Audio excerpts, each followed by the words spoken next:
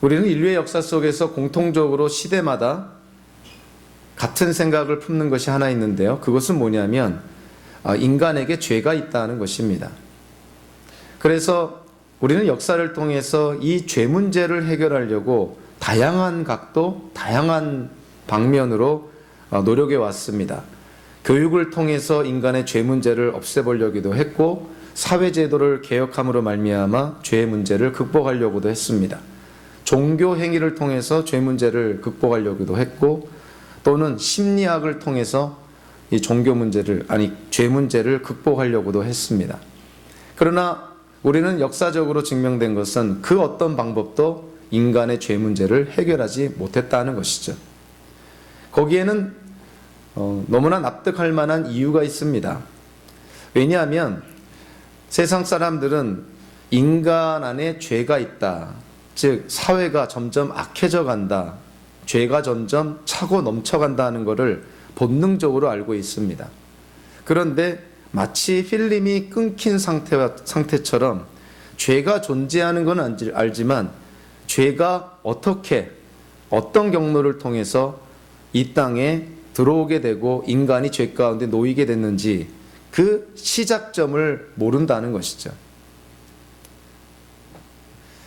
제가 대학 다닐 때는 예수님을 믿기 전이었고요. 그래서 좀 실감이 안 나시겠지만 제가 술도 참 많이 먹었습니다. 그래서 술 먹다가 필름이 끊긴 때가 있죠. 몇 시부터 몇 시까지 기억이 나질 않아요. 얼마나 많이 먹었으면 필름이 끊길까. 누가 얘기해 주지 않으면 알 수 없는 그러한 기억이죠.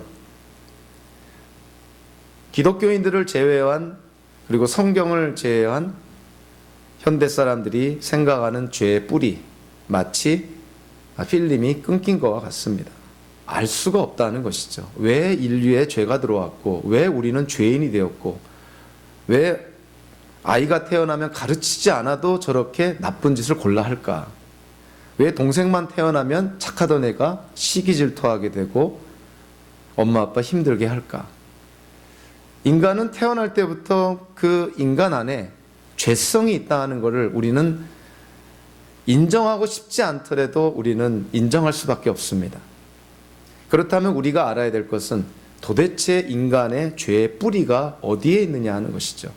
그거를 알아야 죄 문제를 해결할 수가 있고, 그리고 죄 문제를 해결해야 우리 개인이 하나님 허락하시는 그러한 풍성한 삶을 누리게 되고, 우리가 속한 사회가 점점 하나님께서 원하시는 사회로 전환케 될 수가 있다는 것이죠. 경제가 성장한다고 사회가 선해지지 않습니다. 군사력이 강화된다고 해서 사회가 선해지지 않는 것이죠. 인텔리들이 많아진다고 해서 사회가 선해지지 않습니다. 근본적인 죄의 뿌리를 치료를 해야, 그냥 잎사귀에 페인트를 칠한다고 나무가 건강해지는 것이 아니죠. 뿌리와 줄기가 건강해야 나무가 건강해지는 것이죠.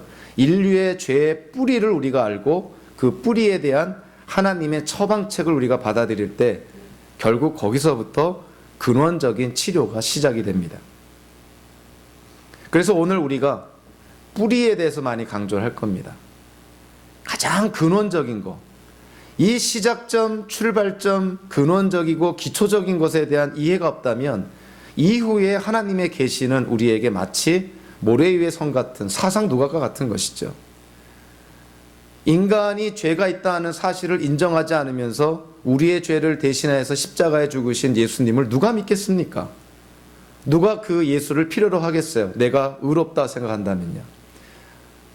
공생의 당시에 예수님과 함께 그 시대에 살았던 유대 사회의 지도자들, 그들은 그들 나름대로의 율법을 지킴으로 그들은 의롭다 생각을 했습니다. 하나님께서 자기네들을 의롭게 여겨주실 거라고 생각을 했죠.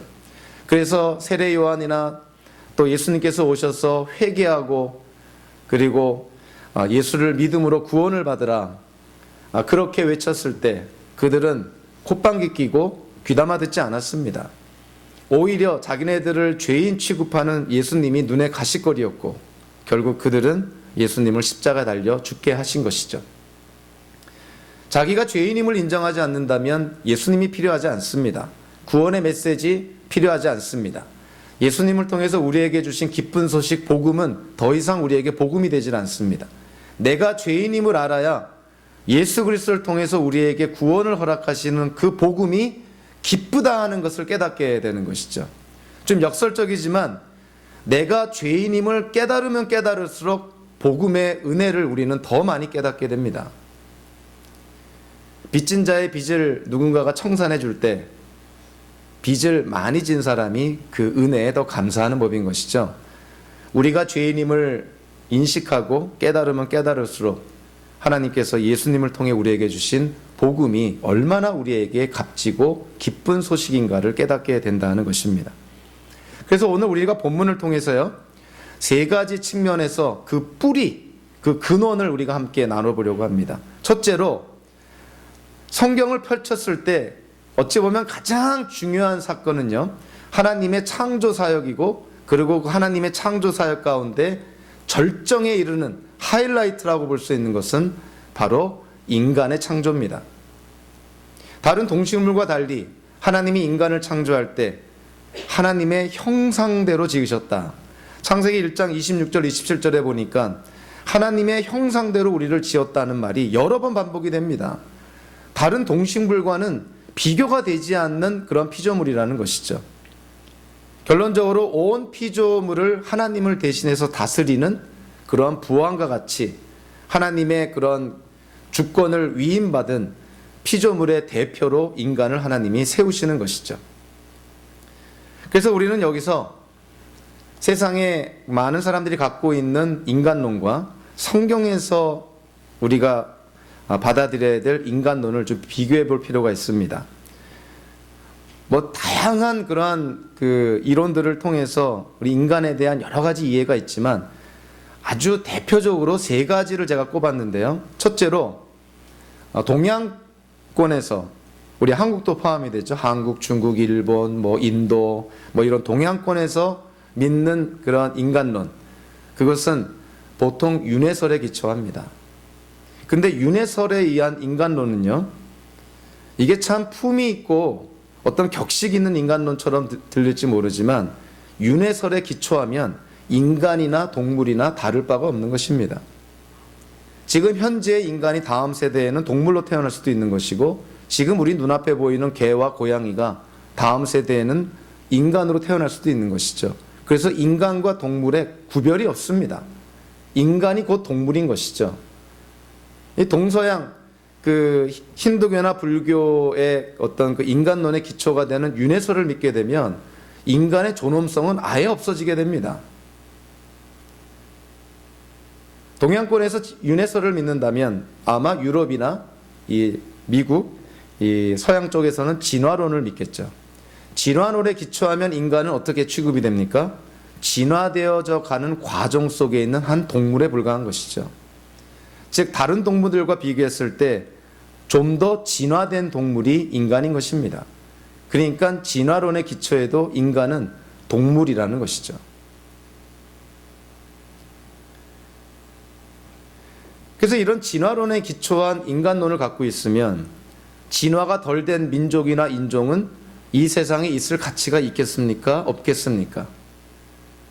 이 세상에 도움이 된다고 생각할까요? 오히려 방해가 된다고 생각할까요? 진화가 덜 된 민족들. 그리고 진화가 잘 되고 또 기술이 발달하고 강한 그런 민족들이 그 연약한 진화가 덜 됐다고 생각하는 민족들을 어떻게 하겠습니까? 다 없애버리는 것이죠. 민족을 없애버리는 그러한 만행이 이 진화론의 근거에서 나오는 것입니다. 인간의 존엄성이 없어지게 되는 것이죠. 그러나 성경의 창조론에 기초하면요, 자, 인간은 어떻게 이해가 되냐면 다른 동식물 피조물과 달리 하나님의 형상대로 지음받은 인격체라는 것입니다. 지정의가 있는, 지성적이고 감정적이고 의지적인, 그리고 하나님을 닮은 자유의지를 갖고 있는 그런 인격체. 그래서 성경의 창조론을 통해서만이 인간의 존엄성이 지켜지고 유지가 된다는 것입니다. 우리는 성경에 나타난 하나님의 창조사역, 그리고 하나님께서 하나님의 택한 백성들과 어떠한 그러한 관계 속에 지내고 있는지 성경을 통해서 바라보면 아, 하나님의 형상은 이런 것이구나 하고 하나님을 통해서 좀 찾아볼 수가 있습니다. 하나님의 형상에 대한 첫 번째 정의라고 할 수도 있고 특징이라고 할 수 있는 것은 뭐냐면 창의적이다는 것이에요. 하나님이 창조 사역을 통해서 무에서 유를 창조하신 하나님, 그 형상을 우리가 닮았으니, 하나님을 닮은 채로 우리가 이 땅에 태어났으니 인간에게는 창의력이 있다는 것이죠. 여러분들 동물들에게 창의력이 있는 거 봤나요? 창의력 없습니다. 그리고 하나님은 하나님의 백성들과 커뮤니케이트 합니다. 소통하는 것이죠. 그래서 하나님은 소통적입니다. 그래서 인간은 소통하는 존재라는 것이죠. 다른 말로 하면 인간은 혼자 살 수 없는 존재.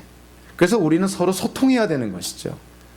부모와 자녀 간에, 형제 간에, 부부 간에, 또는 동료 간에, 우리 또 교회 안에 교인들 간에 이 커뮤니케이트, 소통이 돼야 된다는 것입니다. 하나님의 형상 속에 남아있는 모습인 것이죠. 그리고 세 번째 특징되는 것은 하나님이 구약의 이스라엘 백성과 또 현대 우리 기독교인들과 하나님은 관계를 맺으신다는 것이죠. 하나님은 관계적인 분이라는 것입니다. 삼위일체 하나님, 하나님의 존재 양식을 보더라도 하나님은 관계의 하나님이라는 것을 깨닫게 해야 되죠. 그래서 우리가 하나님의 형상대로 지음받았다고 했을 때 성경적인 인간론을 우리가 이해한다면 아, 우리 안에 창의력이 있고 우리는 주변 사람들과 소통하는 것이고 그리고 관계를 맺고 사는 사람들이구나. 이것이 다른 피조물들과 확연하게 구별되는 그런 인격체의 모습이라는 것이죠. 이런 어떤 하나님을 통해서 우리가 알게 되는 하나님의 형상에 대한 정의뿐만이 아니라 마틴 루터를 포함해서 종교개혁자들은요, 좀 더 도덕적이고 영적으로 하나님의 정의를, 하나님의 그 형상을 정의를 합니다. 특별히 골로새 3장 10절에 보면 이런 말을 합니다. 사도 바울이 이런 말을 하는데요. 새 사람을 입으십시오. 이 새 사람은 자기를 창조하신 분의 형상을 따라 끊임없이 새로워져서 참 지식에 이르게 됩니다. 하나님의 형상에 대한 또 다른 정의가 뭐냐면 지식이 있다는 것입니다. 하나님의 형상대로 지음받은 우리 인간들에게는 인격체는 지식이 있다는 것이죠. 자, 그런데 이 골로새 3장 10절에 사도 바울이 사용한 이 지식이란 단어를 헬라어를 유심히 보니까 그냥 일반적인 지식을 사용하는 단어가 아니라 좀 특별한 단어를 사용합니다. 그래서 이 단어를 좀 더 원어에 충실하게 번역하면 이거는 단순한 지식이 아니라 일종의 통찰력, 인식, 능력, 이러한 단어의 의미를 갖고 있다는 것이죠. 영어로는 인사이트입니다. 그냥 조각조각 지식들이 많은 것이 아니라 그냥 조각조각 그 지식들 틈에 진리를 깨달을 수 있는 통찰력. 하나님의 형상대로 지음받은 인간에게는 이런 통찰력이 있었다는 것이죠. 그리고 에베소 4장 24절에서 사도 바울이 또 하나님의 형상을 따라 참 의로움과 참 거룩함으로 지으심을 받은 새 사람을 입으십시오. 죄로 말미암아 타락한 인간에게 사도 바울이 예수 믿고 새 사람이 돼야 되는데 그 새 사람을 어떻게 정의합니까? 하나님의 형상을 따라 참 의로움과 참 거룩함으로 새롭게 지음을 받아야 된다. 즉 하나님의 형상이라는 것은 다르게 말하면 의로움과 거룩함이라는 것입니다. 그래서 인간은 하나님의 형상대로 지음받았다고 했을 때 이 종교개혁자들의 정의에 의하면 통찰력이 있고요, 의로운 자고 거룩한 자라는 것입니다. 그것이 하나님의 형상대로 지음받은 인간의 정의인 것이죠. 저와 여러분들이 이 땅에 만약에 죄가 없는 상태에서 아담과 하와가 죄를 짓지 않은 상태에서 우리가 이 땅에 태어났다면 이런 하나님의 형상을 우리가 지니고 우리가 이 땅에 태어나게 됩니다. 근데 우리는 결과를 알고 있죠. 아담과 하와의 죄로 말미암아 하나님의 형상의 이 속성들, 특징들이 다 어그러지고 오염됐다는 것이에요. 그래서 어느 것 하나 온전한 것이 없는 우리의 모든 것이 죄로 말미암아 오염되고 타락됐다는 것이죠. 우리는 그러한 온전한 완전한 타락된 상태에서, 즉 모든 영역에서 오염된 상태에서 우리는 이 땅에 태어난다는 것입니다. 어찌됐든 하나님께서 인간을 창조할 때 이런 하나님의 형상에 따라서 창의적이고 소통적이고 관계적인 그리고 통찰력과 거룩함과 의로움을 지닌 그러한 인격체로 우리를 지으셨다는 것입니다. 우리 모든 사람들이 그렇다는 거예요. 어떤 특정한 민족만 그런 것이 아니라, 이스라엘 민족만 그런 것이 아니라, 기독교인만 그런 것이 아니라 이 땅에 태어난 모든 사람들 안에는 이와 같은 하나님의 형상이 남아있다는 것이죠. 물론 그 남아있는 정도가 사람마다 좀 다르겠지만 분명한 것은 모든 사람에게 하나님의 형상이 남아있습니다. 그래서 우리가 복음을 전하고 불신자에게 전도할 때 가장 전제가 되어야 되는 게 뭐냐면, 비록 아직 그 사람이 예수를 믿지 않고 구원받은 자가 아니라 하더라도 그 불신자의 그 모습 안에는 아직도 하나님의 형상이 남아있다는 것이죠. 그래서 우리가 불신자라 하더라도 그의 인격적인 그의 존엄성을, 인간의 존엄성을 우리가 존중해 줘야 된다는 것입니다. 그 안에 하나님의 형상이 남아있기 때문에. 그래서 기독교인이라서 교만에 빠질 수가 없는 것이죠. 기독교인이라서 남을 쉽게 정죄할 수 없는 것이죠. 오히려 주변에 있는 모든 이들을 하나님의 형상대로 지음받은 인격 체험을 우리가 인정하면서 그의 인간으로서의 어떤 존엄성을 우리가 존중해 줘야 된다는 것입니다. 자, 그런 차원에서 바라보면 인종차별 같은 거 기독교계 안에서 일어날 수 없는 일인 것이죠. 어떻게 인종차별 같은 것들이 일어나고 사회 계층에 따라서 갑질을 하고, 이거는 성경적으로 봤을 때 일어날 수 없는 일들이 일어나고 있는 것입니다. 미국의 노예제도, 남부의 많은 기독교인들이 그걸 지지했다는 것에 우리는 참 통탄하지 않을 수가 없는 것이죠. 한국의 수많은 그런 권세를 갖고 있는 기독교인들이 그냥 서민들, 을에 속한 사람들을, 그런 사람들의 존엄성을 인정하지 않는 그러한 사회 기사들을 볼 때 이거 통탄하지 않을 수가 없는 것이죠. 오늘 본문을 이해를 못해서 그런 것입니다. 하나님의 형상대로 지음받았다는 것은 인간의 존엄성이 있다는 것이죠. 그래서 저와 여러분들이 우리 한 교회 안에 있는 교인들뿐만이 아니고 사회에 나와서 누구를 만나든 간에 가장 기본적인 전제가 되어야 되는 것은 상대방이 누구든 간에 그 안에 하나님의 형상이 남아있다는 것입니다. 그래서 그를 존중해 줘야 된다는 것이죠. 이제 오늘 본문에 이제 들어가게 되는데요. 우리가 너무나 잘 아는 선악과 명령이 나옵니다. 이 설교 중에 이 선악과 사건을 대하는 거 생각보다 쉽지 않은데요. 왜냐하면 짧은 시간 안에 이 복잡다단한 이 선악과 명령을 설명을 해야 되니 생각보다 쉽지 않습니다. 그리고 신앙생활을 오래 한 기독교인들조차도 선악과에 대해서는 어찌 보면 회피하는 주제 중에 하나죠. 뭐 잘못 얘기했다가는 뭐 다들 시험에 들고 다들 혼란에 빠지고 우왕좌왕하니까 잘 토론을 안 하고 대화를 잘 나누지 않습니다. 그리고 교회 안에서 이런 거 질문했다가 괜히 핀잔만 받기도 하고요. 그럼에도 불구하고 선악과 이 사건을 우리가 성경적으로 이해를 잘 못하면 이후에 나오는 하나님의 구속의 역사를 우리가 왜곡할 가능성이 많기 때문에 부족하더라도 이 선악과 사건을 우리가 잘 이해를 해야 됩니다. 자, 이 선악과 명령을 가만히 보면요. 자, 하나님은 창조주이시고 아담은 피조물입니다. 창조주와 아담 간에 일종의 언약이 맺어지고 있는 것을 우리가 눈여겨볼 수가 있습니다. 하나님이 아담에게 일종의 약속을 지금 하고 있는 것이죠. 한마디로 그런 것입니다. 아담, 내가 내 이 선악과 명령을 지키기만 하면 내가 너를 축복하겠고 내가 너를 영원히 살도록 하겠다. 창조주 하나님이 피조물인 아담에게 이 약속을 합니다. 그것 자체가 은혜인 것이죠. 피조물이 창조주에게 순종하는 것은 당연한 것인데 하나님께서는 피조물이 순종하면 축복해 주시겠다는 거예요. 그게 은혜인 것입니다. 이거를 이 언약적인 측면에서 좀 전문적으로 행위 언약이라 그러기도 하고 생명 언약 이렇게 표현하기도 하는데요. 어떤 표현이든 간에 하나님의 은혜가 지금 기저에 다 깔려 있는 것이죠.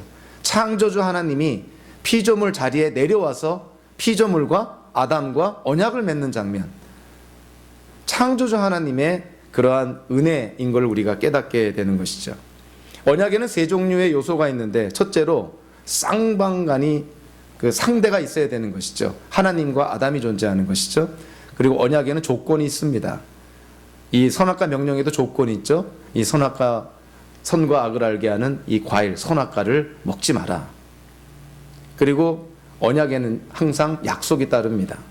물론 오늘 본문에는 부정적인 약속이죠. 선악과를 먹으면 너 죽으리라. 거꾸로 얘기하면 내 명령을 지키면 너 결코 죽지 않으리라.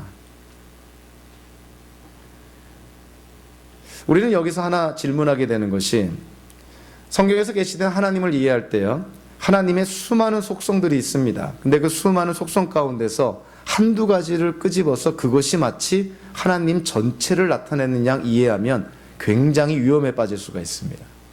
예를 들면 우리 사람이 넘나볼 수 없는 하나님만이 갖고 있는 고유한 속성이 있죠. 대표적으로 하나님은 전지하시고 전능하시고 어디에나 계시는 무소부재하신 분. 그래서 하나님의 전지와 전능을 생각하면요, 하나님이 아담에게 선악과 명령을 줬을 때 아담이 선악과를 따먹을 거, 이브가 선악과 명령 어길 거를 하나님이 모르셨을까? 전지하신 하나님이. 그걸 아셨다면 전능하신 하나님이 아담과 하와가 선악과 먹는 거를 왜 막지 않으셨을까? 이런 논리에 자기 생각에 빠져들면 이 선악과 명령 절대로 이해가 안 됩니다. 여러분들 혼란에 빠지고 도대체 내가 믿는 하나님은 어떤 하나님인가? 인간으로 하여금 죄짓게 만들고 구세주 보내주시고 예수님 십자가에 죽게 하시고 또 그 예수님을 믿어야 우리를 구원하셔 주신다고 하고, 우리가 믿는 하나님은 도대체 어떤 하나님이신가? 얼마나 혼란스럽겠습니까? 그래서 우리가 하나님을 이해할 때 종합적으로 이해를 해야 됩니다. 한두 가지 하나님의 속성이 전부인 양 생각하면 하나님을 왜곡하기가 십상인 것이죠. 하나님은 영이시라 그랬죠. 당연히 하나님은 영이시죠. 그런데 하나님은 영일 뿐이다 생각하면 소위 말하는 초대교회의 영지주의 그런 이단에 빠질 가능성이 많습니다. 그래서 영적인 것은 선하고 육적인 것은 악하다, 이런 어떤 잘못된 교리에 빠질 수가 있는 것이죠. 그래서 하나님을 종합적으로 우리가 이해를 해야 된다면요, 선악과 명령을 이해할 때 여러분들 꼭 이해하셔야 될 것이 뭐냐면 하나님이 인격체라는 것이죠. 그리고 하나님이 우리 인간을 어떻게 지으셨습니까? 인격체로 지으셨다는 거예요. 인격체가 인격체를 지으신 것이죠. 지금 아담과 하나님 간의 이 언약은 인격체와 인격체 간의 지금 언약인 것이죠. 그래서 하나님이 인격체인 아담에게 명령하는 것입니다. 너희 선악과 먹으면 죽는다. 자, 인격체가 우리에게 주는 정의가 뭡니까? 우리는 누구를 인격체라 그러나요? 기계를 인격체라고 그러질 않죠. 로봇을 인격체라고 그러지 않습니다. 꼭두각시 인형을 인격체라고 그러지 않습니다. 기계적으로 본능적으로 살고 있는 동물이나 식물들 우리 인격체라고 그러지 않습니다. 인격체라고 정의되는 피조물은요, 인간밖에 없습니다. 그러면 인간이 다른 피조물과 구별되는 게 뭘까요? 자유의지를 갖고 선택할 수 있다는 것입니다. 그것이 다른 모든 피조물과 구별되는 우리 인간의 아주 독특한 특징인 것이죠. 하나님의 형상대로, 인격체이신 하나님의 형상대로 지음받았기 때문에 우리도 하나님의 형상이 있으니 하나님이 주신 자유의지를 갖고 어떠한 문제에 대해서 고민하고 나름대로 선택하고 결정할 수 있다는 거예요. 그래서 하나님이 아담에게 창세기 2장 16절 17절에서 이 명령을 할 때 여러분 놓치지 말아야 될 것은 아직 이 땅에 죄가 들어오지 않은 상태입니다. 이 땅에 죄가 없는 상태에서 하나님이 아담에게 명령하는 것이죠. 이 선악과 명령을 지켜라. 거기에는 두 가지 가능성을 하나님이 언급합니다. 내가 이 명령을 지키면 너 결코 죽지 않을 것이다. 그러나 만약에 내가 이 명령을 어기면 너 분명 죽을 것이다. 두 가지의 가능성을 하나님이 아담에게 제시하고 아담으로 하여금 선택하라. 하나님은 아담으로부터요, 기계적이고 강제적인 그런 어떤 순종이나 사랑을 원하지 않습니다. 하나님은 아담으로부터 선택적이고 의지적인 사랑과 순종을 원하시는 것이죠. 그것이 인격체가 인격체에게 원하는 것입니다.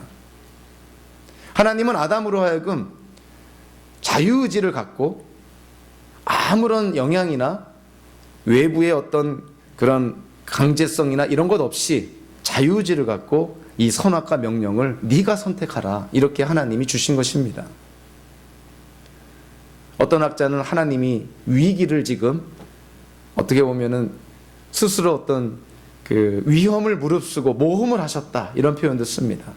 사실 모험을 하신 것이죠. 아담은 순종할 수도 있고 불순종할 수도 있으니까. 하나님은 아담과 하와를 인격체로 지으셨으니 그들을 인격적으로 대해 주십니다. 옳고 그른 것을 알려주시고 선과 악을 알려주시고 아담과 하와로 말미암아 선을 택할 것을, 하나님의 명령에 순종할 것을 그렇게 하나님이 원하셨던 것이죠. 우리가 잘 아는 성 어거스틴이라는 분이 있는데요, 그 성 어거스틴은 에덴 동산에서 아담과 하와의 그 자유의지 측면에서 아담과 하와를 어떻게 묘사하고 있냐면, 아담과 하와는 죄를 짓지 않을 수도 있는 상태였다, 이렇게 표현을 씁니다. 아주 유명한 라틴어를 사용하기도 합니다. 죄를 짓지 않을 수 있는 상태. 그러니까 아담과 하와는 하나님께 순종할 수 있는 그러한 어떤 상황이었다는 것이죠. 그래서 아담과 하와가 하나님께 불순종했을 때 그거는 강제적인 불순종이 아니라 의지적이고 자발적인 불순종, 심하게 말하면 하나님께 반역한 것이죠. 그러니까 아담과 하와가 하나님께 불순종한 책임을 누가 져야 됩니까? 여러분들 누가 져야 될까요? 하나님이 져야 되나요? 아니면 상황에 돌려야 되나요? 아닙니다. 아담과 하와가 져야 되는 것이죠. 그것이 아담과 하와를 하나님이 인격적으로 대해 주시는 것입니다. 현대를 사는 우리 기독교인들도 마찬가지죠. 우리는 선과 악을 압니다. 하나님의 뜻과 내 욕심을 알죠. 무엇이 옳고 무엇이 잘못된 건지 우리는 압니다. 그래서 기독교인들은 죄가 죄인 걸 알면서 죄를 짓습니다. 그래서 어떤 때는 그런 하나님께 아우성을 칠 때가 있죠. 자기가 무슨 큰 죄를 짓고 나서 하나님께 부르짖습니다. 하나님, 왜 제가 죄를 지을 때 막지 않으셨습니까? 하나님 좀 막아주시지. 왜 이 죄를 짓고 나서 이렇게 힘들게 내버려 두십니까? 하나님은 절대로 강권적으로 우리가 죄를 짓고자 할 때 그거를 막지 않습니다. 왜냐하면 하나님은 우리를 인격적으로 대해 주시기 때문에 그런 것이죠. 저와 여러분들이 인격적으로 대우받기 원하시죠? 하나님은 우리를 인격적으로 대해 주십니다.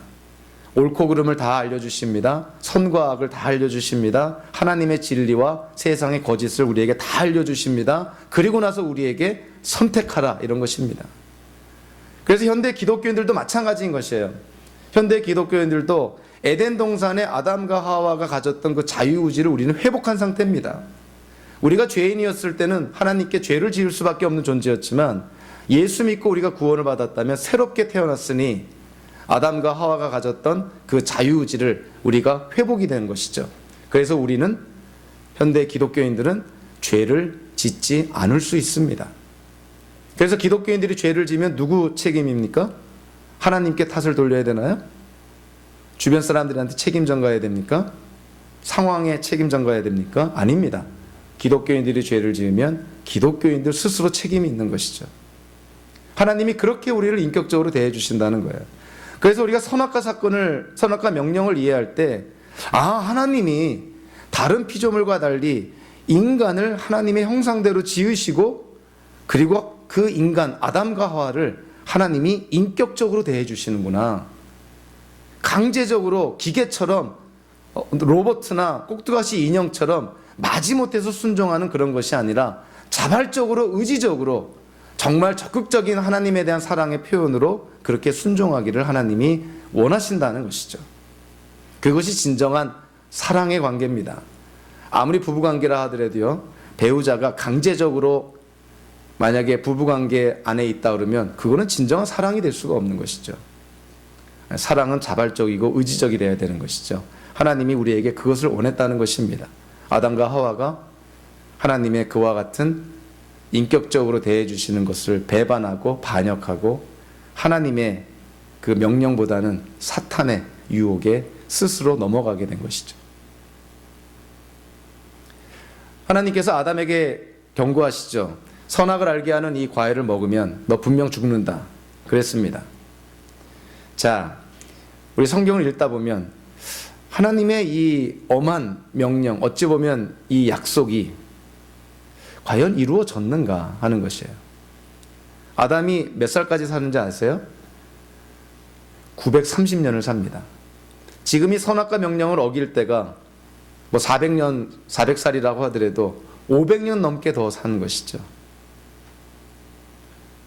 그러면 하나님께서 아담이 죽으리라는 그 하나님의 말씀은 그러면 실현되지 않은 것인가? 그래서 우리는 성경에서 이 죽음이라는 것에 대한 이해를 잘해야 됩니다. 여기서는 사실은 세 가지 죽음이 다 암시되어 있습니다. 첫째로 이걸 학자들이 선악과를 먹는 즉시 아담이 죽는다고 했을 때 거기서 말하는 죽음은 현재적 죽음이다, 이런 표현을 쓰기도 하고요. 좀 쉽게 표현하면 영적 죽음, 이렇게 우리가 이해가 됩니다. 왜냐하면 하나님께 불순종함으로 하나님께 죄를 지었으니 죄인이 죄가 없는 거룩한 하나님과 동행할 수가 없게 되는 것이죠. 그래서 하나님께로부터 분리가 됩니다. 인간이 하나님께로부터 분리가 되는 것, 그것을 우리는 죽음이라고 표현하는 것이죠. 영적인 죽음을 아담이 지금 맞이하게 된 것이죠. 몸은 살아있지만 하나님과 분리되어 있으니 죽은 자라는 거예요. 예수님의 말씀 속에서 우리가 고개를 갸우뚱거리는 그러한 표현이 좀 있죠.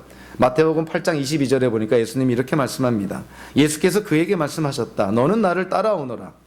죽은 사람의 장례는 죽은 사람들이 치르게 두어라. 여기서 죽은 사람의 장례 때 죽은 사람은 누구고, 죽은 사람들이 치르게 두어라 했을 때 후자 쪽에 있는 죽은 사람은 과연 누굴까? 앞에 죽은 사람의 장례는요, 말 그대로 육체적인 죽음을 당한 그런 어떤 시신을 말하는 것이겠죠. 근데 뒤에 죽은 사람들이 치르게 두어라, 살아있는데 죽었다고 예수님이 표현합니다. 그들이 누구겠습니까? 몸은 살아있지만 하나님께로부터 분리된 자, 우리 현대적으로 말하면 아직 예수를 믿지 않은 그런 사람들, 몸은 살아있지만 영적으로는 죽어있는 자들이라는 것이죠. 그래서 사도 바울이 에베소 교인들에게 이렇게 말하지 않습니까? 여러분들이 예수 믿고 구원받기 전에 여러분들은 죄 가운데 죽어 있었습니다. 죽은 자들이었습니다. 영적으로 죽은 자들이었다는 것이죠. 하나님께 불순종함으로 말미암아 그 순간 하나님께로부터 분리가 되고요, 아담과 하와는 영적으로 죽은 상태가 되고, 그것이 실현된 것이 930년에 아담이 실질적으로 죽은 것입니다. 그러나 죽음은 거기에 끝나는 것이 아니죠. 하나님께로부터 영원한 분리, 그것이 두 번째 죽음, 영원한 죽음이라고 할 수 있는 것이죠. 그래서 우리는 죽음을 이해할 때 이것이 영적인 죽음인가, 아니면 실질적으로 우리가 경험하게 되는 육체적인 죽음인가, 아니면 예수님이 이 땅에 다시 오실 때 혹여라도 겪게 되는 두 번째 영원한 죽음을 의미하는가. 사실 아담 같은 경우는 이 세 가지 이 죽음이 다 적용되었다고 볼 수가 있는 것이죠. 하나님께 불순종함으로 말미암아 그는 영적인 죽음을 당하게 됐고, 930세에 육체적인 죽음을 당하게 됐고, 결국 하나님과 분리된 상태에서 죽었으니 그는 영원한 죽음을 당하게 됐다, 이렇게 이해가 됩니다. 우리는 선악과 이 명령을 바라보면 질문이 안 나올 수가 없는 것이죠. 아니, 하나님 아주 째째하게 에덴 동산에 있는 모든 과일을 다 먹게 하시지 왜 중앙에 그 나중에 하와의 표현대로 탐스러운 과일 하나를 딱 지목해서 저거 먹으면 안 된다 그러셨습니까? 주시려면 다 주지. 아니, 왜 선악과를 두셨나요? 이런 질문을 안 해본 사람이 없겠죠. 하나님이 인간을 유혹한 거 아닙니까? 하나님이 인간을 죄 가운데로 빠지게 한 것 아닙니까? 이런 어떤 또 하나님에 대한 왜곡된 생각을 가질 수도 있습니다. 어떤 그 성경학자가 이런 얘기를 합니다. 왜 하나님은 선악과를 두시고 아담과 하와에게 선악과 명령을 주셨을까? 그에 대한 대답은 그건 하나님의 마음이라는 것이에요. 하나님이 그렇게 하시겠다고 하니까 그렇게 하신 것입니다. 선악과 명령이 아니라 하나님이 아담과 하와에게 너 이 강을 건너면 안 된다, 너 이 강을 건너면 너 죽는다, 이렇게 한들 누가 뭐라 할 수 있겠냐는 것이에요. 아담과 하와에게 어떤 특정한 지역을 지칭하면서 너 저 지역은 절대 들어가면 안 된다, 너 저 지역에 들어가면 너 죽는다, 이렇게 한들 누가 뭐라 할 수 있겠냐는 거예요. 그것은 하나님의 주권이니 누가 피조물이 어찌 창조주에게 하나님 왜 그렇게 했습니까? 따져 물을 수 있겠느냐 하는 것이에요. 그럴 수 없다는 것이죠. 자, 그럼에도 불구하고 하나님의 마음이지만 우리 창세기에 나오는 이 말씀들을 통해서 추측해 볼 수가 있습니다. 왜 하나님이 아담에게 선악과 명령을 주셨을까? 아까도 얘기했지만 피조물의 대표가 누구라 그랬습니까? 아담입니다. 그래서 나중에 이제 그 뒤에도 나오지만 아담이 피조물의 대표가 되어서 하나님의 권위를 위임받아서 피조물을 다스리기 시작을 하죠. 그래서 짐승들의 이름도 아담이 다 짓습니다. 그러니까 하나님께로부터 어떤 권위를 위임받아서 피조 세계를 지금 다스리고 있다는 거예요. 자, 그런데 만약에 선악과가 없었다면 아담이 하나님께로부터 그 권위를 위임받았지만 인간은 쉽게 잊어버리지 않습니까? 하나님께로부터 위임받은 권위가 마치 자기 것이냐, 자기가 하나님이냐, 교만에 빠져서 하나님께 죄를 짓고 타락할 수 있는 것이죠. 자, 아담이 에덴 동산을 거니다가 동산 중앙에 있는 선악과를 보면은 아담이 뭐가 생각이 났을까요? 뭐가 깨달아졌을까요? 선악과를 보면. 자, 뭐가 생각이 났겠습니까? 당연히 하나님이 생각이 났죠. 하나님과의 관계가 기억이 났겠죠. 아, 나는 하나님께 명령을 받는 존재구나. 내 위에 하나님이 계시는구나. 내가 함부로 하나님을 대신해서 하나님 자리를 차지하면 안 되겠구나. 따라서 선악과는요, 인간을 골탕 먹이기 위해서, 인류를 죄 가운데 빠뜨리기 위해서 하나님이 파놓은 함정이 아니라 오히려 아담과 하와가 타락하지 않도록 어찌 보면 안전장치로 선악과를 두셨다는 것입니다. 참 이것이 훨씬 더 성경적인 이해인 것이죠. 왜냐하면 하나님은 죄의 원인도 되지 않으시고 우리를 죄 가운데로 인도도 안 합니다. 하물며 하나님은 선하신 분이니 악을 창조하지도 않으시는 것이죠. 그래서 하나님이 선악과를 두고 그 명령을 내리신 것은 아담과 하와의 유익을 위해서입니다. 그들이 타락하지 않도록. 우리 뒤에 또 나누겠지만 인류의 타락 이전에 자, 누구의 타락이 먼저 있었냐면 사탄의 타락이 먼저 있었습니다. 즉 루시퍼라는 타락한 천사장 때문에 이 세상에도 죄가 끼어들어오게 된 것이죠.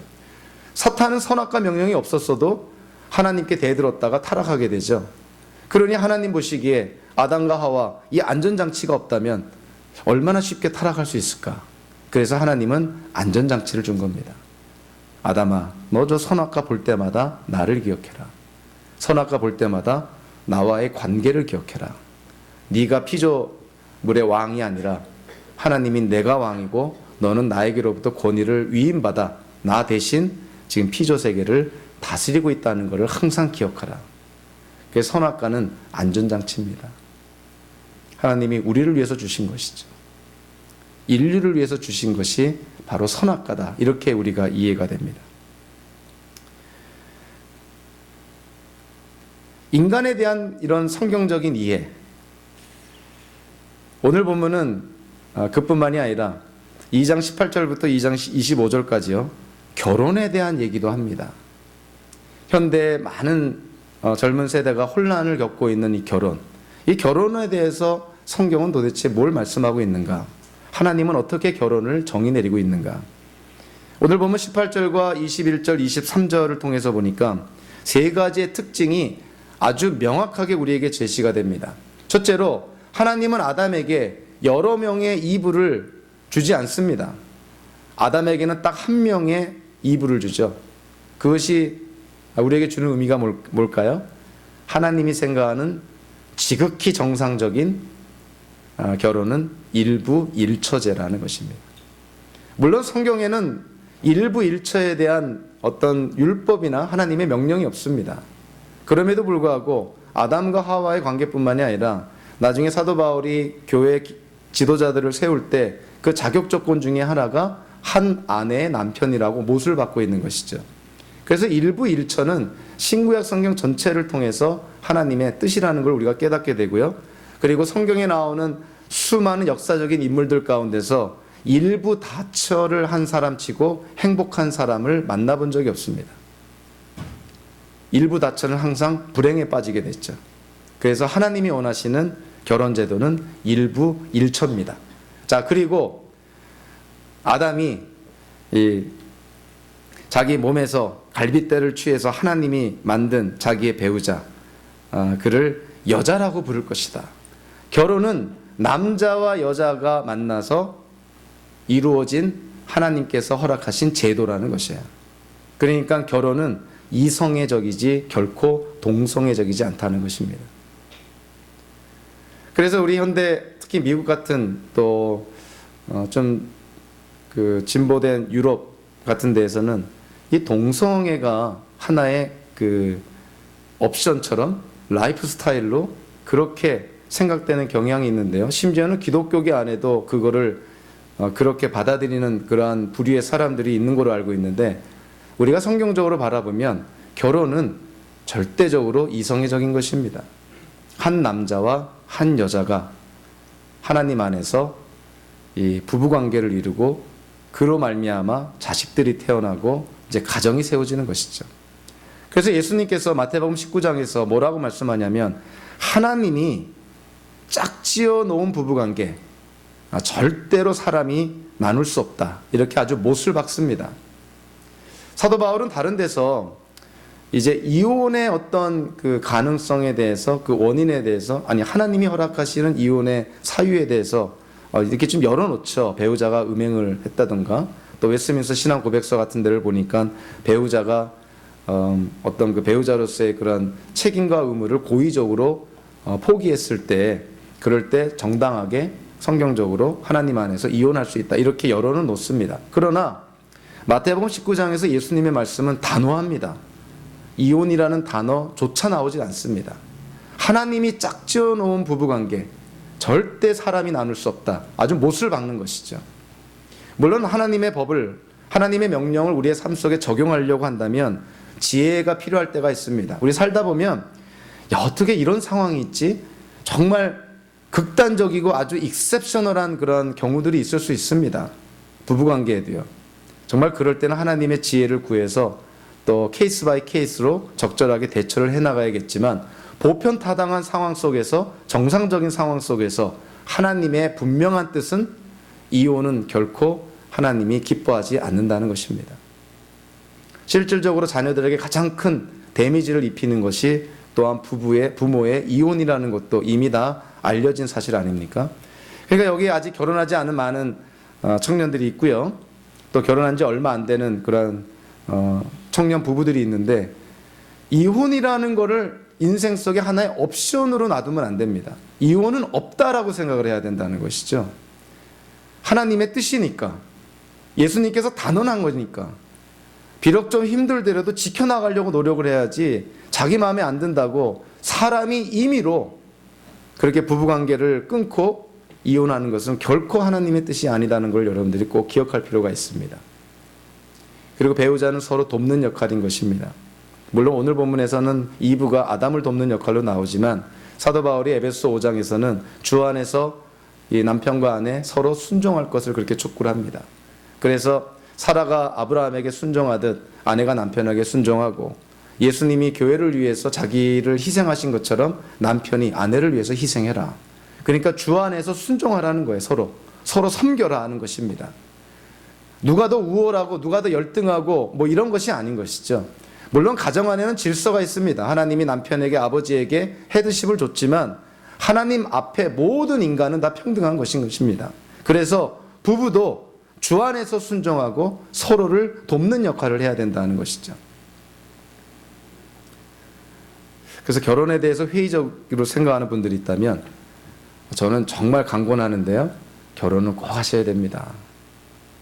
그래서 자기의 부족한 부분, 배우자를 만나서 또 하나님 또 이렇게 보완하시는 그런 은혜도 좀 경험하고, 그리고 결혼을 해야 나와 다른 사람, 나와 전혀 성장 배경이, 가족 환경이 다른 사람과 만나서 산다는 것이 얼마나 어렵다는 걸 알게 되고요. 그러면서 우리 자아가 깨지는 것이죠. 상대방을 알아가고 상대방을 인정하고 상대방을 배려하면서 어찌 보면 우리의 성품이 성숙해집니다. 자, 그래서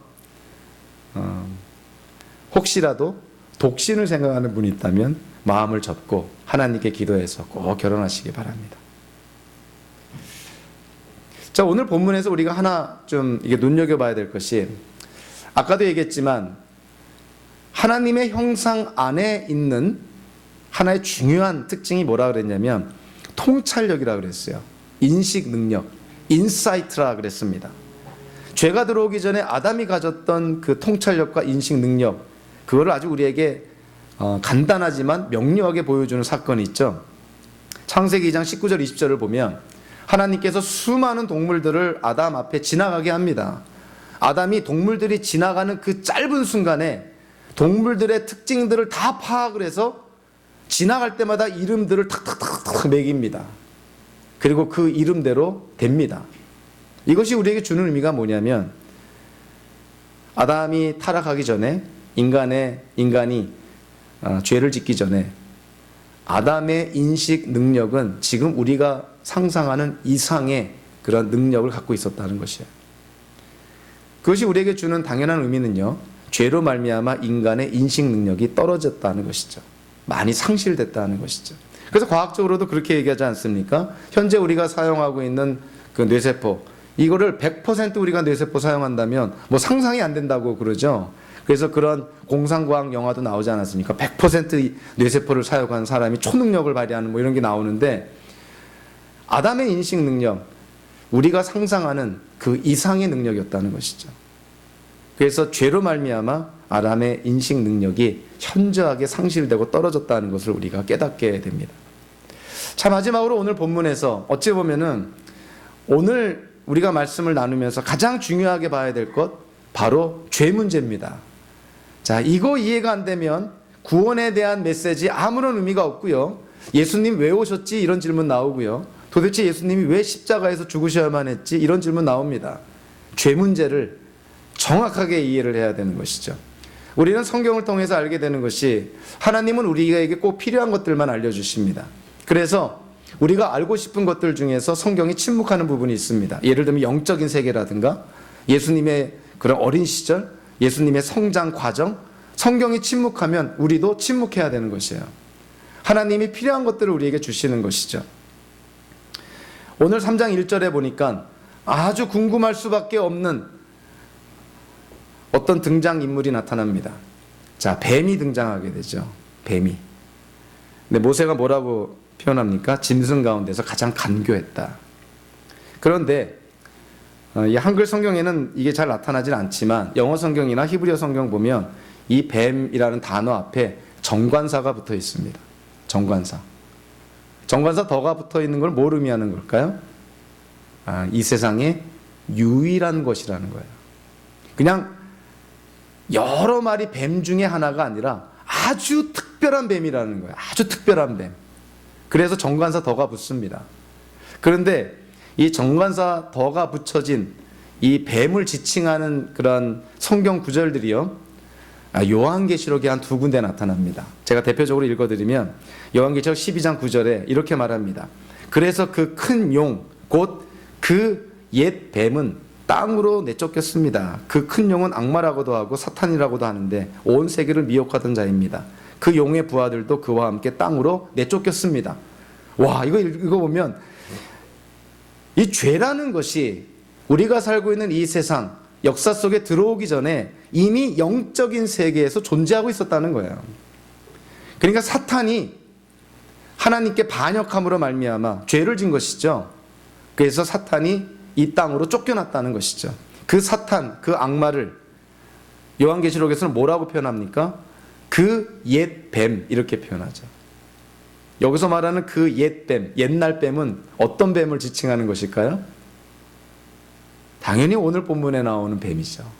그 창세기 에덴 동산에서 아담과 하와를 유혹했던 그 뱀, 그 뱀이 사탄이고 악마였다는 거예요.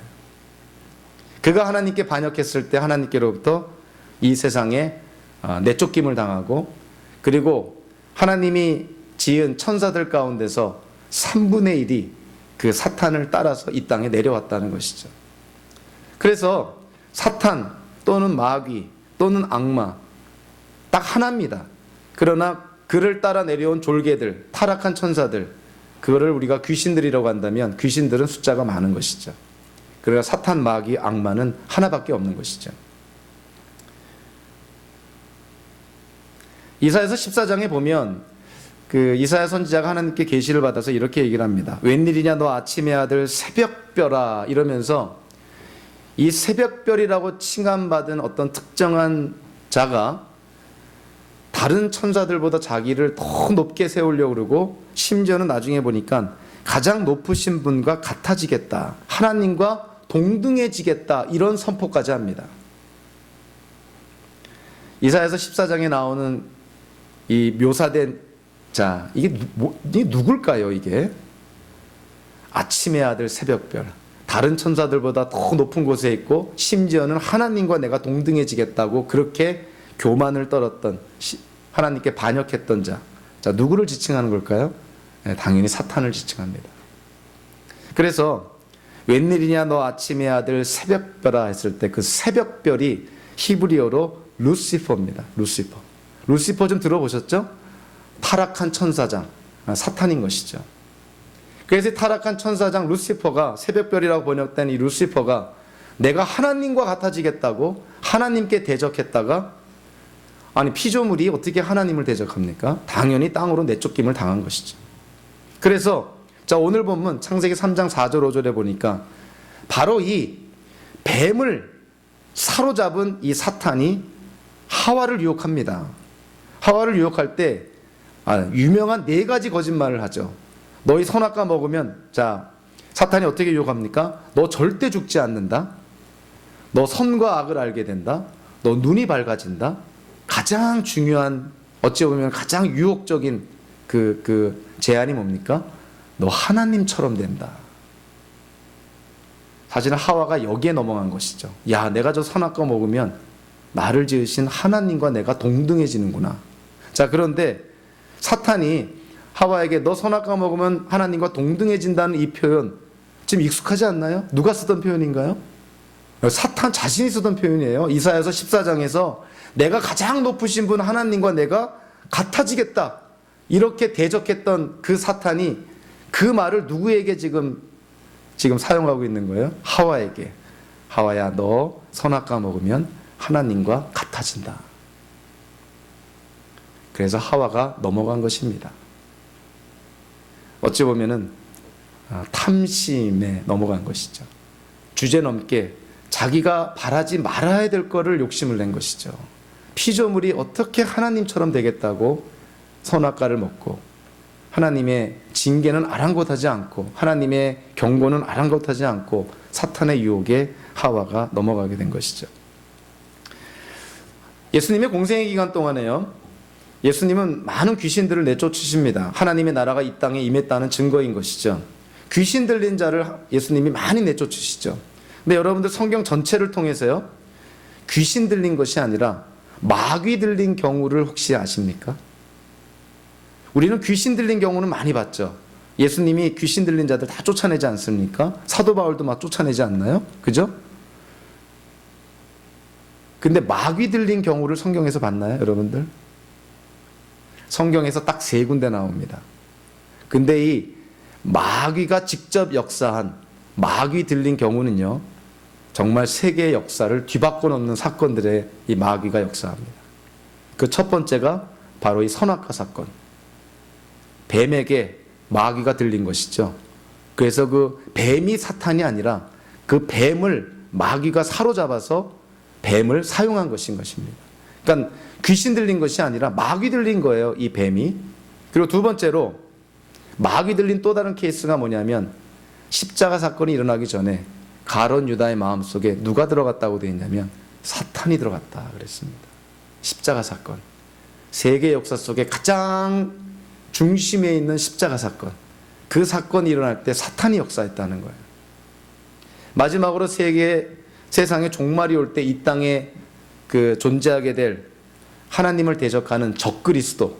그 적그리스도를 누가 사용하냐면 사탄이 사용합니다. 그것이 요한계시록 13장 4절에 나와 있어요. 사탄이 적그리스도를 사용해서 하나님을 대적하고 하나님의 백성들을 핍박한다는 것이죠.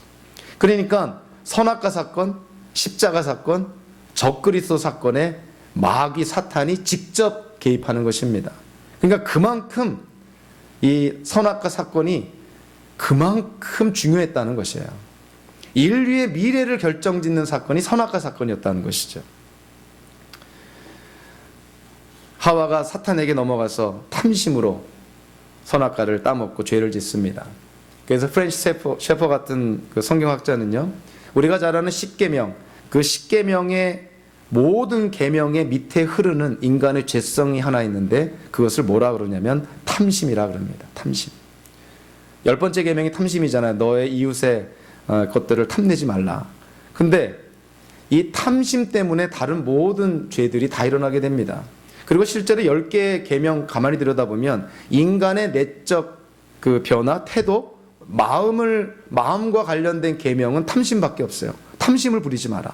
근데 다른 계명들은 어떻습니까? 살인하지 마라, 간음하지 마라, 거짓말하지 마라, 거짓 증거하지 마라, 우상 숭배하지 마라, 하나님의 이름을 경홀히 내뱉지 마라, 부모를 존중해라, 안식일을 지켜라. 다 외적인 행동이에요. 오로지 탐심만 사람의 마음에 관한 계명입니다. 그래서 이 모든 외적인 계명들이 바로 이 탐심이라는 인간의 죄성에 나온 결과라는 거야. 참 일리가 있는 말입니다. 그리고 사도 바울은 한 단계 더 나아가서 그 탐심을 뭐라고 표현하고 있냐면 우상숭배라고 표현합니다. 그래서 십계명을 가만히 보면 십계명의 첫 번째 계명이 뭡니까? 우상숭배하지 말라는 것이죠. 십계명의 마지막 10번째 계명이 뭡니까? 너의 이웃의 것을 탐내지 마라, 탐심하지 말라. 사도 바울의 관점에서 보면 우상숭배나 탐심이나 같은 거예요. 소위 말하는 문학적 양식으로 보면 시작과 끝이 같은 거로 되어 있습니다. 그래서 수미상관으로 되어 있다. 그 안에 있는 내용들은 바로 이 수미상관, 시작과 끝에 같이 나와 있는 여기에 다 종속되어 있다는 거예요. 탐심으로 말미암아 모든 죄들이 다 나온다는 것입니다. 그래서 저와 여러분들이 정말 기독교인으로 성도로 이 땅을 살아갈 때 정말 피해야 될 것, 기독교인들이 극복해야 될 것, 그거요, 도에 넘치는 욕심을 내면 안 됩니다. 돈에 욕심나면 다 망가지죠. 명예에 욕심내면 다 망가집니다. 권력에 욕심내면 다 망가집니다. 여러분들 욕심내려면 예수 그리스도를 더 많이 알려는 그런 욕심은 가지셔도 되는데 다른 탐심들은 여러분들을 죄 가운데로 빠뜨리게 합니다. 이 하와를 통해서 우리의 인류의 조상을 통해서 우리에게 주는 교훈이에요. 탐심을 부렸다가는 하나님 앞에 죄뿐만이 아니라 이거는 주변에 있는 모든 관계들 다 깨진다는 것이죠. 우리는 오늘 도대체 인간을 우리가 어떻게 이해할 것인가? 결혼을 어떻게 이해할 것인가? 죄 문제를 우리가 어떻게 바라볼 것인가? 지금 우리는 어떤 상태에 있다는 것입니까? 우리의 조상 아담과 하와의 죄 때문에 우리는 지금 죄 가운데 놓여 있다는 것이죠. 그래서 아기들이 태어나면 천사 같지만 시간이 지나면 지날수록 그 죄성이 드러나죠. 동생 태어나면 그 천사 같은 애가 아주 돌변하는 걸 우리가 보게 되죠. 거짓말, 시기질도 가르치지 않아도 그 아기들 알아서 다 합니다. 도대체 그 죄는 어디서 나온 것일까? 배운 것이 아니라 타고날 때부터 갖고 나온 것이에요. 그것이 인류의 조상 아담과 하와로부터 우리에게 내려온 것입니다. 그것이 원죄의 결과인 것이죠. 그래서 우리는 예수 믿기 전에 저와 여러분들의 존재는 죄인이었습니다. 영적으로 죽은 자였습니다. 나중에 하나님의 징계, 죄에 대한 정죄를 받을 수밖에 없는 우리였다는 것이죠.